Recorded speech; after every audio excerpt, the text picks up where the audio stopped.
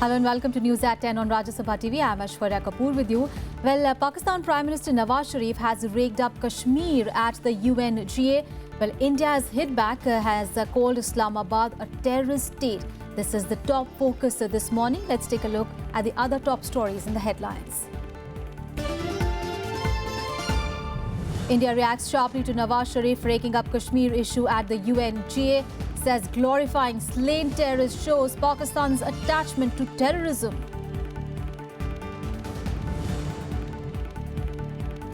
Karnataka decides to defer release of Kaveri River water to Tamil Nadu. Special session of State Assembly called on Friday to decide on Supreme Court's directive.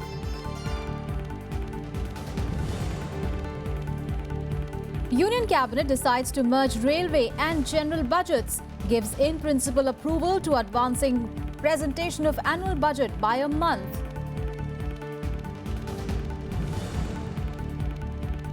Much anticipated deal for 36 Rafale fighter jets cleared to be signed on Friday in presence of French Defence Minister who arrives in India today.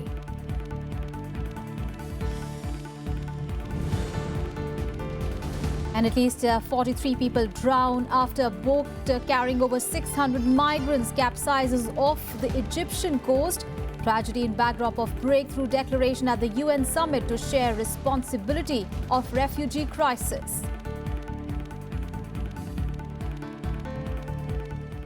Our top focus, Pakistan Prime Minister Nawaz Sharif has addressed the 71st session of the United Nations General Assembly on Wednesday, where he raised the Kashmir issue, alleging human rights violations there, and also hailed Hizbul Mujahideen terrorist Burhan Wani. Now, India has hit back, saying that Pakistan was glorifying terror and showing its attachment to terrorism.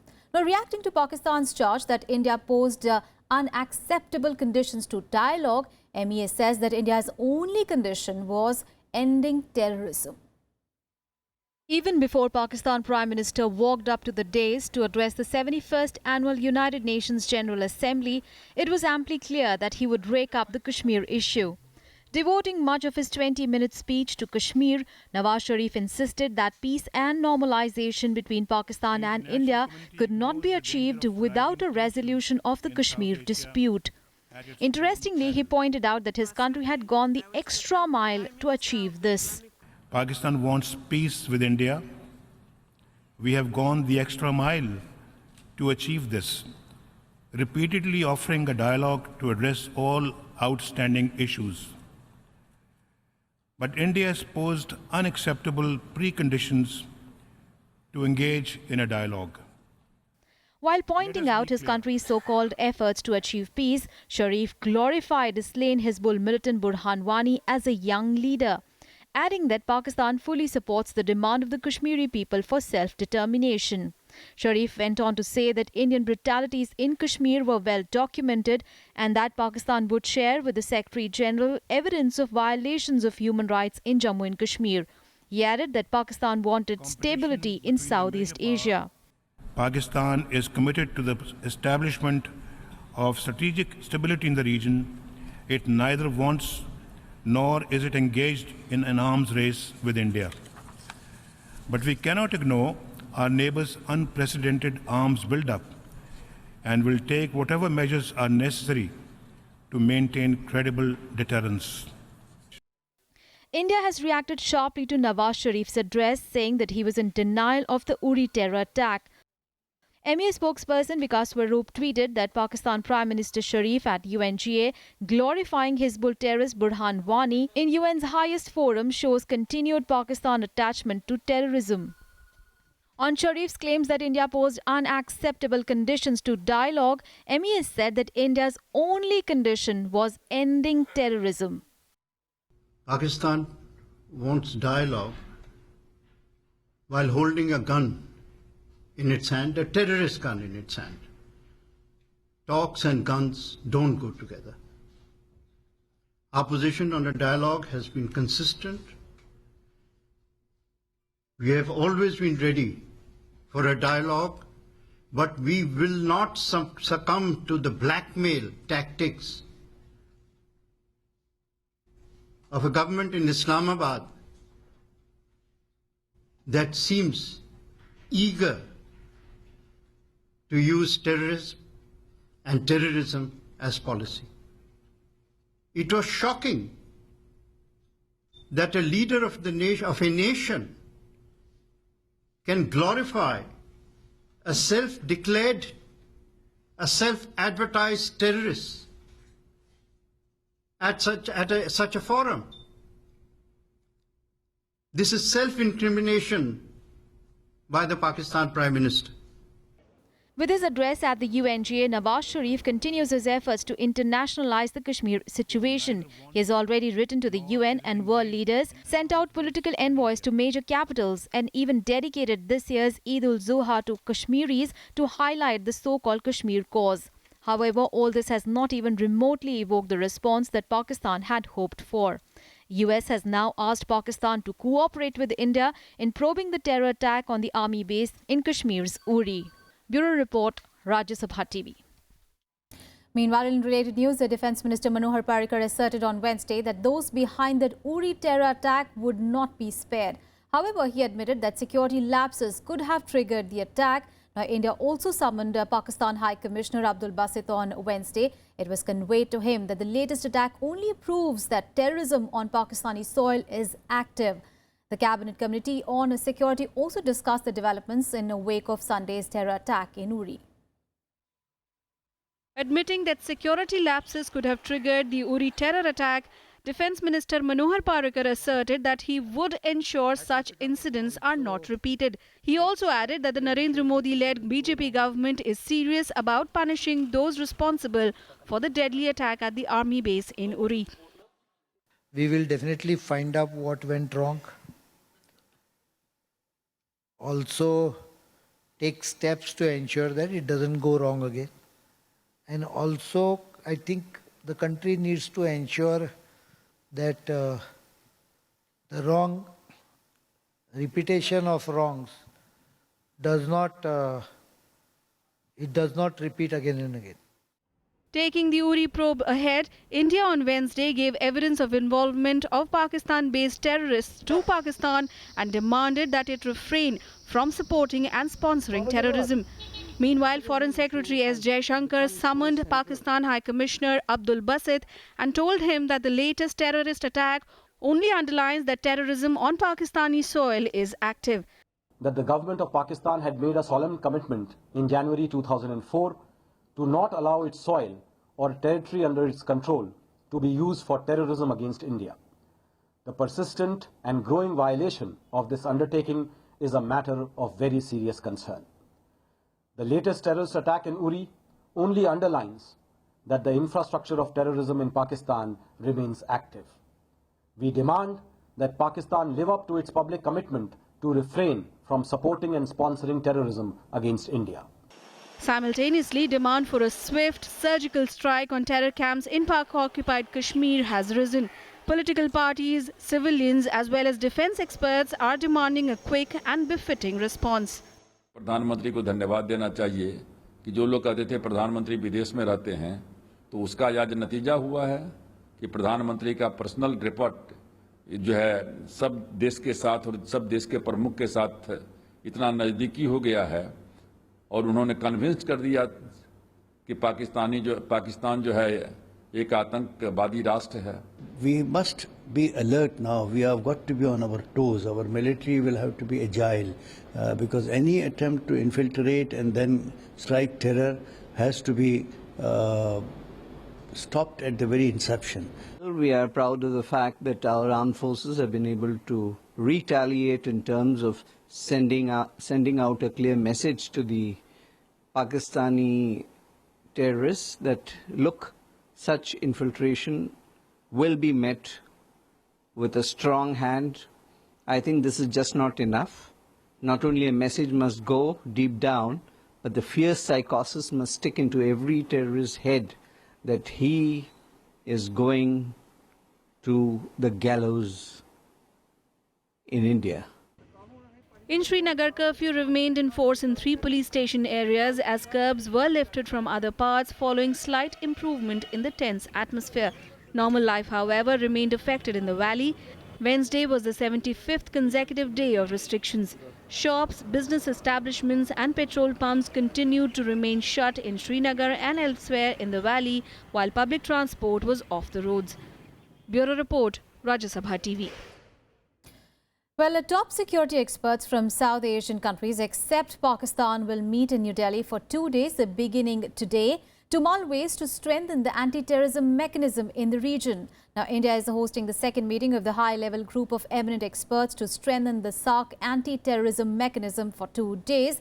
The meeting was recommended by the SAARC Ministerial Declaration on Cooperation in Combating Terrorism, adopted by the 31st meeting of SAARC Council of Ministers in Colombo in 2009. However, the meeting will not be attended by Pakistan's Director General of Intelligence Bureau, Aftab Sultan, amid the ongoing hostility between India and Pakistan over terror attack in Uri. Now, it is being hosted by Director of Intelligence Bureau and intelligence chiefs of all other SAARC nations. Well, the meeting will review the functioning of the existing anti-terrorism mechanism in the region, including the SAARC Terrorist Offences Monitoring Desk and the SAARC Drug Offences Monitoring Desk, intelligence sharing and police cooperation. It will also discuss related issues such as combating corruption, cyber crimes, terror financing and money laundering. Moving on to the other top story, well, Karnataka has decided to defer the Kaveri water release to neighbouring Tamil Nadu. Well, the decision was taken after an all-party meeting in Bangalore on Wednesday after Chief Minister Siddaramaiah said that the Supreme Court's order was unimplementable. Well, Karnataka has called a special session of the State Assembly on Friday. After a day of meetings with state cabinet ministers and leaders of various political parties on Wednesday, the Karnataka government decided to postpone the implementation of the Supreme Court directive, which ordered the state to release 6,000 cusecs of Kaveri water to Tamil Nadu till 23rd of September. The state cabinet will convene a special session of the state legislature on Friday to take a decision on the Supreme Court directive. The decision was welcomed by the opposition BJP, which boycotted the all-party meeting, accusing the Siddaramaiah government for not taking any specific decision on the water dispute issue. The cabinet has decided to defer of releasing of water. It is also decided in the cabinet to convene to request His Excellency Governor of Karnataka to convene both the houses on 23rd September 2016 at 11 a.m. Not happy, and we never expected such a decision that Supreme Court is going to take. And already I told number of times that because of the failure of the Chief Minister. The apex court had on Tuesday doubled the quantum of water released to Tamil Nadu, overturning the Kaveri Supervisory Committee's order to release 3,000 cusecs per day for 10 days after Tamil Nadu pressed for water to save its samba paddy crop. Meanwhile, sporadic protests over the water issue continued in the Kaveri River Basin districts, especially Mandya, the epicenter of the Kaveri agitation, where the agitators blocked Bengaluru-Mysuru road at various places. The state, however, remained largely peaceful, with schools, colleges and offices remaining open. Bureau Report, Rajya Sabha TV. Well, in a significant departure from the past, the Union Cabinet decided to merge the rail budget with the general budget. Further, it will also advance the presentation of the annual budget by a month. The CCEA also approved a capital grant of 5,176 crore rupees to GAIL to develop the 2,539-kilometre-long Jagdishpur-Haldia and Bokaro-Dhamra gas pipeline project. There will be only one budget, which will be the general budget, and all proposals with regard to the railways will be a part of the general budget. The Union Cabinet on Wednesday decided to end a 92-year-old tradition by merging the rail budget with the general budget. In order to make the exercise simpler, it also approved the removal of classifications for expenditure. Finance Minister Arun Jaitley also announced the in-principle decision to advance the date of budget presentation in Parliament from the usual February end. While we in principle are in favor of finishing the entire financial business of the government before 31st of March, so that the implementation can begin on the 1st of April and the expenditures can begin, the taxation proposals can begin. The actual dates will be decided after a consultation depending on the calendar of the state assembly elections. The Rail Minister said the merger of the rail and general budgets will not impact the functional autonomy of the railways. Instead, it will help in enhancing capital expenditure. Railway की जो distinct identity as the departmentally run commercial enterprise it will be बरकरार रहेगी, जैसे वित्त मंत्री जी ने कहा. Financial power rules power general manager DRM को जो आज हमें उनको दे के रखे वो भी उसी तरह से बरकरार रहेंगे. रेलवे को जो डिविडेंड देने की बड़ी लायबिलिटी होती थी 10,000 करोड़ से भी ज़्यादा, वो भी देने की ज़रूरत नहीं होगी. The Cabinet Committee of Economic Affairs also approved viability gap funding of 40% of the estimated cost of 12,940 crore to GAIL to develop the 2,539 kilometer long Jagdishpur Haldia and Bokaro Dhamra gas pipeline project. 2539 kilometre की ये pipeline बनेगा. Uttar Pradesh, Bihar, Jharkhand, waste Bengal और ओडिशा, ऐसे 5 राज्यों में ये spread होगी. In an attempt to check rising prices, the cabinet extended stock holding limits on traders of pulses, edible oils and oilseeds by 1 year till September 30th, 2017. It also gave ex post facto approval for the 20% hike in the pension given to freedom fighters and their descendants. Vishal Daya's report for Rajya Sabha TV. And time to take a very short break here. We'll be back with more news. Stay with us.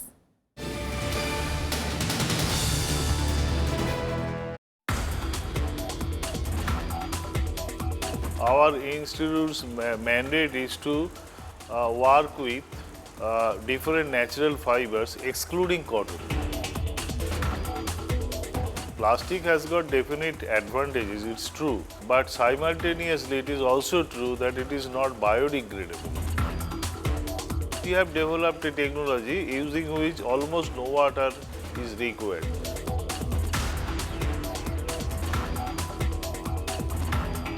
Watch Eureka with Dr. Gautam Roy, Director, National Institute of Research on Jute and Allied Fiber Technology, only on Rajya Sabha TV. Welcome back after the break. Now, the GST Council will meet for the first time since the approval of its formation by the Union Cabinet. The Council will decide on tax rates, exempted goods and threshold. The meeting is expected to decide on long pending issues between centre and states for rolling out the new indirect tax regime from 1st of April next year.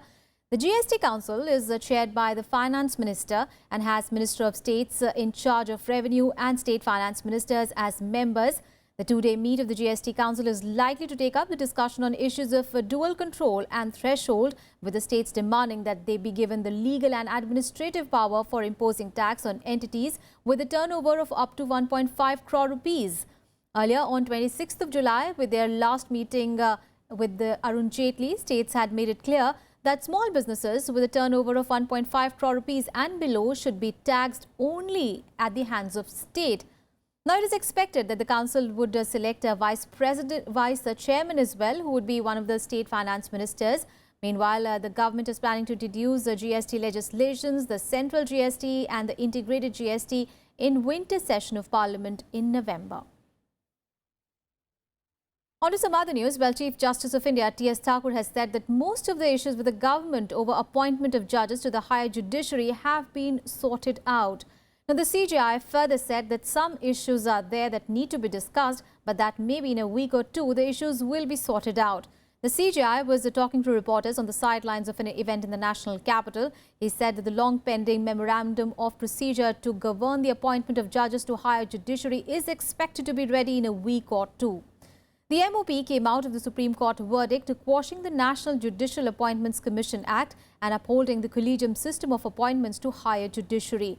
The government had recently acceded to some of the demands of the collegium, including removing the cap on the number of jurists and lawyers who can be appointed to the apex court as judges. Now, the forward movement comes close on the heels of CJI Thakur's meeting with the Prime Minister Narendra Modi in Gandhinagar on his birthday recently.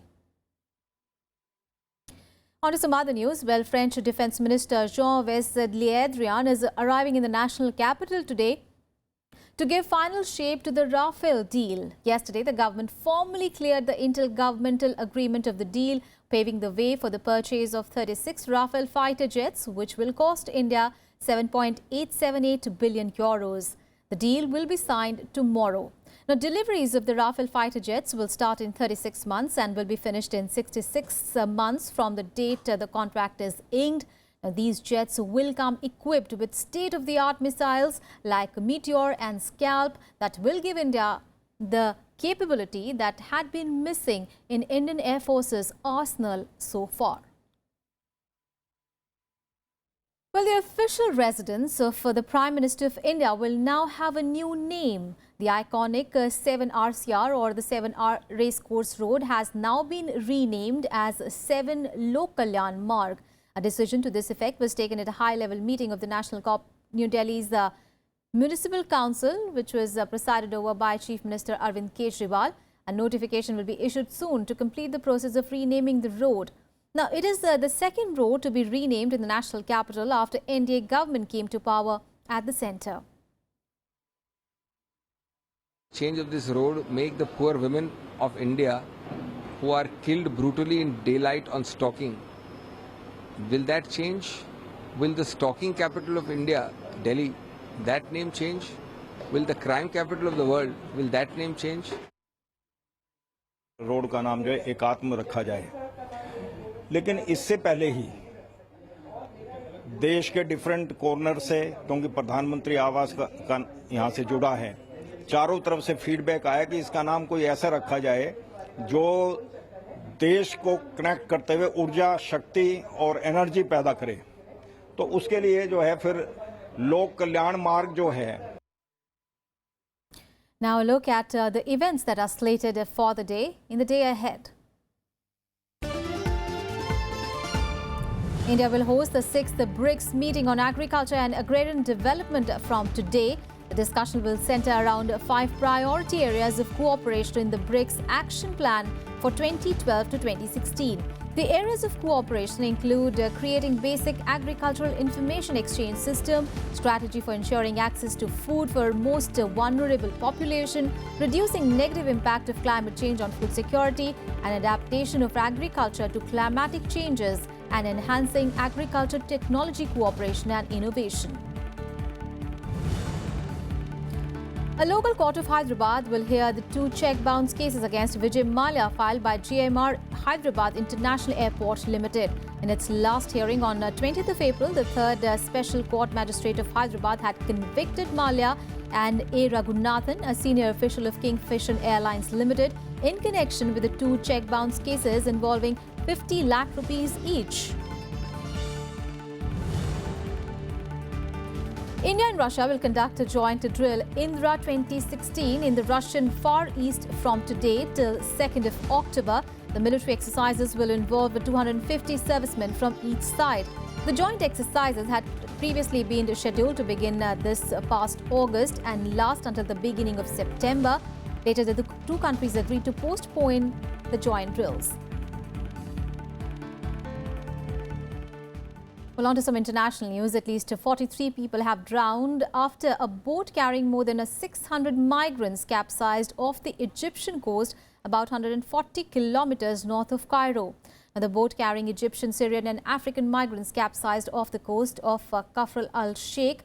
Meanwhile, the health ministry confirmed the number of people drowned. Out of 600 passengers, around 158 people have been rescued, and rescue workers are now looking for more survivors.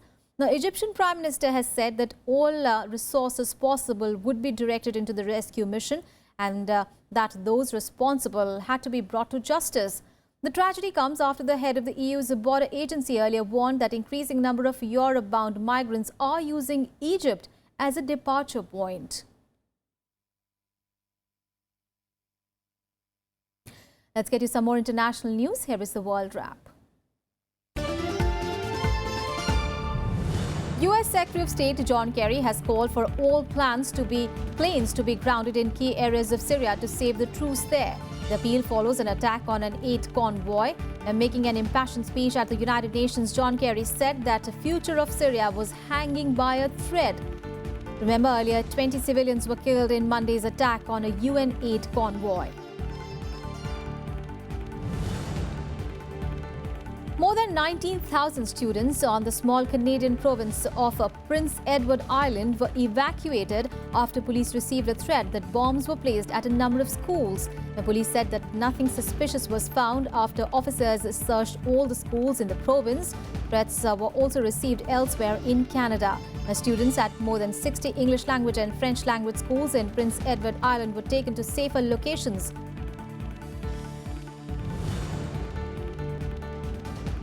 At least 14 people, including 5 women and a child, was killed, and many others remain missing after an overcrowded boat capsized in south-central Bangladesh.